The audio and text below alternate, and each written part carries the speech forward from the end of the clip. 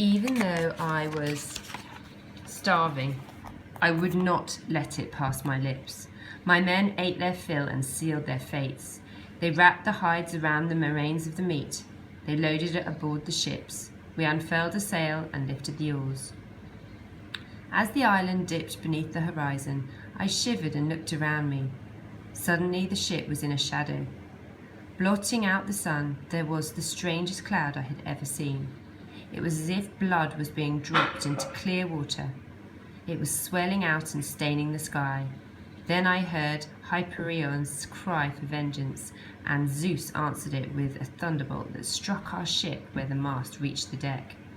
The mast crashed down and cracked open the head of my helmsman. The whole ship bucked. A wall of water rose against us. I could see into it, the brown weed quivering at the heart of it, and then it broke with a white roar, and our ship was dashed to pieces. Fuming breakers tore at every plank. I sank beneath the surface. For a moment, all was silent. I could feel the sea god pressing against my eyelids, my nostrils, my lips, my ears. Then I broke the surface, and the world was filled with sound, the rumble of thunder, Poseidon's laughter, the crashing of the waves, and the screams of my friends. I fought against the storm. Time and again, I was sure the darkness would descend over my eyes. The surface of the ocean was white, hissing, boiling. The whirlpool. We were caught in the great grip of Shardibus. I kicked and fought, but she was far too strong for me. A wave lifted me a little, and I looked up. I saw something blacker than the night sky. I reached out and I clutched it. It was the branches of the fig tree that hung over Shardibus. As I hung from the tree, I watched, shivering and moaning, as she dragged my men down, down, down, until they were just black specks. She spat out their corpses, and they bobbed lifeless in the brine.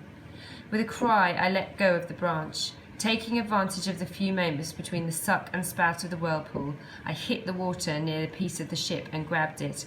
I fought and kicked. I prayed to the immortals on Mount Olympus that I would pass out of these straits before the drag of the whirlpool began again. Surely some god or goddess was smiling on me. Somehow I made my way out of those straits before the whirlpool began to suck me down again.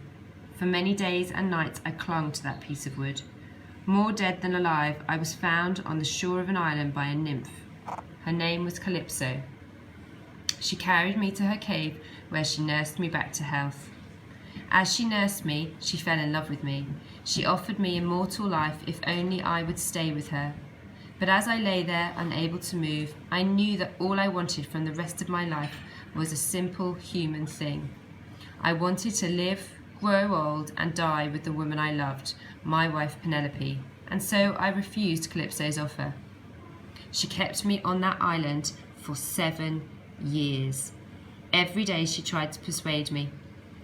For 7 years I walked the shore of the island, staring out across the restless waves, longing for my homeland. For 7 years I pondered all my moments of bravery and honour and arrogance and folly. 7 years to wonder that I had put my trust in the kindness of a witch and the vision of a blind man. I had become nobody, and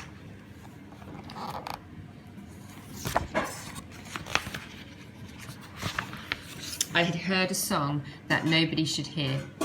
7 years to wonder that I had refused the chance to live forever for the sake of a woman I hadn't seen for half my life. Eventually, prompted by the god Athene, Calypso gave me the tools to build a raft. I lifted a mast, put a sail upon it, and once again I rode the broad bucking back of Poseidon.